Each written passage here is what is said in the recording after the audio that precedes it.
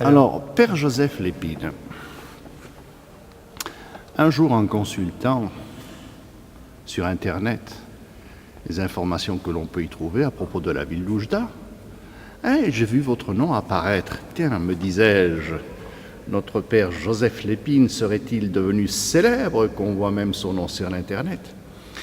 Et en fait, la présence de votre nom était directement liée au problème de tous ces migrants subsahariens qui traversent le désert, à pied bien souvent, pour venir jusqu'au nord du Maroc, essayer de passer vers le paradis européen, ce paradis étant situé à Melilla.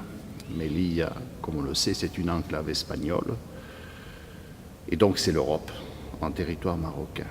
Mais cette enclave est cernée de barbelés très hauts, largement financés par la communauté européenne, afin d'éviter un afflux massif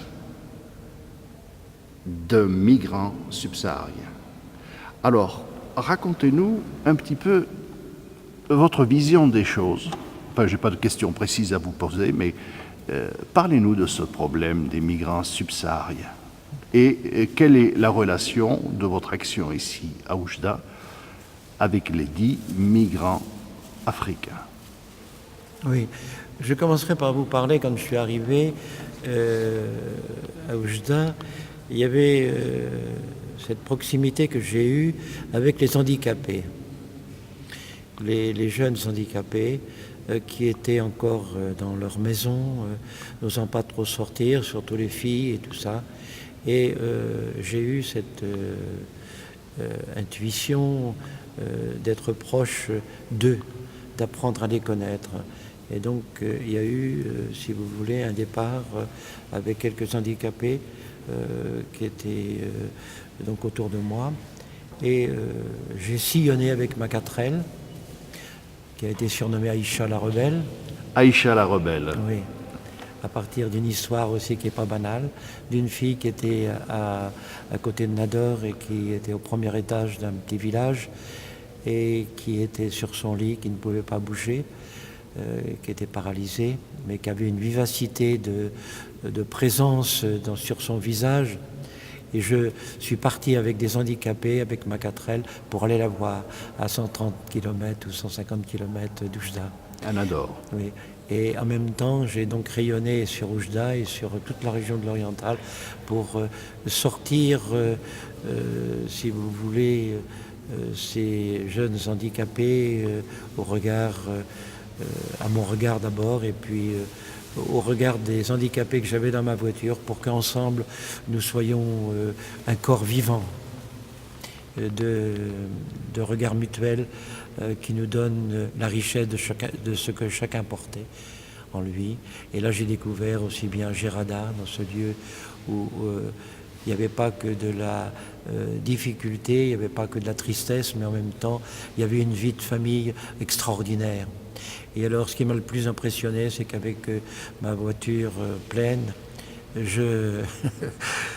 j'arrivais dans ces maisons où l'homme était au fond du trou,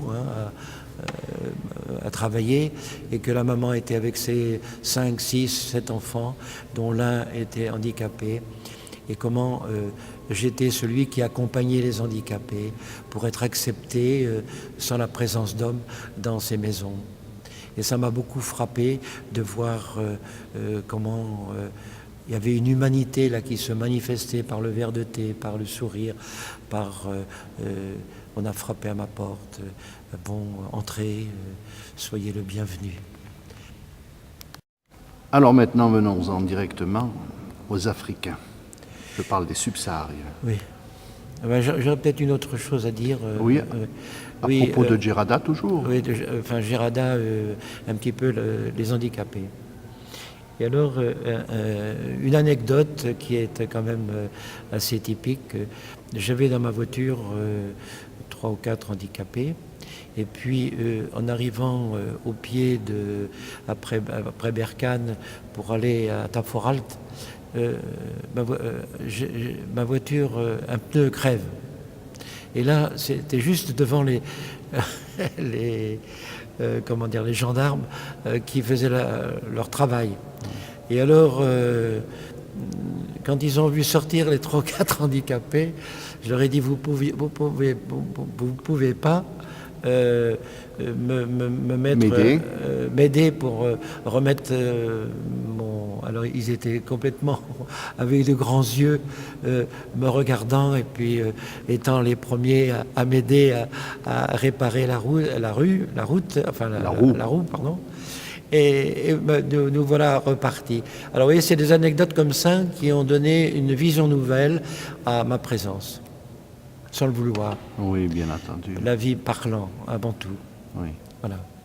Alors, il y aurait bien d'autres choses, mais enfin, j'arrête là. Oui. Alors, j'ai lu, Père Joseph Lépine, j'ai lu sur Internet que vous avez accueilli en votre presbytère un Africain, un Camerounais, me semble-t-il, qui était handicapé et que vous l'avez gardé chez vous et soigné et entretenu pendant pas mal de temps.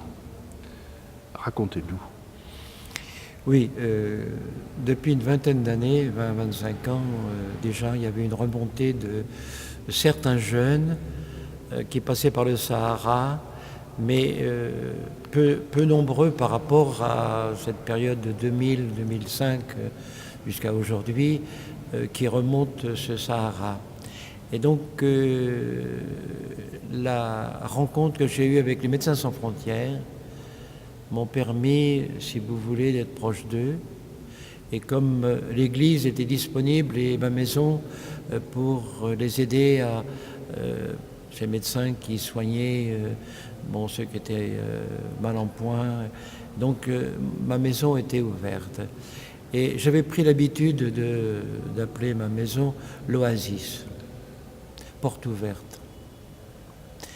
Et c'est ce qui a fait que, aussi bien tout à l'heure au niveau des handicapés dont je parlais, qui ont trouvé un havre de paix, de sérénité, d'amitié, ont continué sur cette lancée.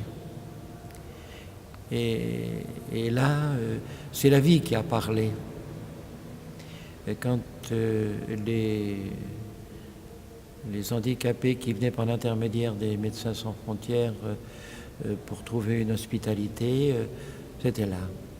Et j'ai vu bien souvent des gens qui étaient marqués par le froid, par les coups durs un petit peu de leur existence, qui arrivaient presque les yeux fermés le soir ou dans l'après-midi, qui étaient anéantis complètement.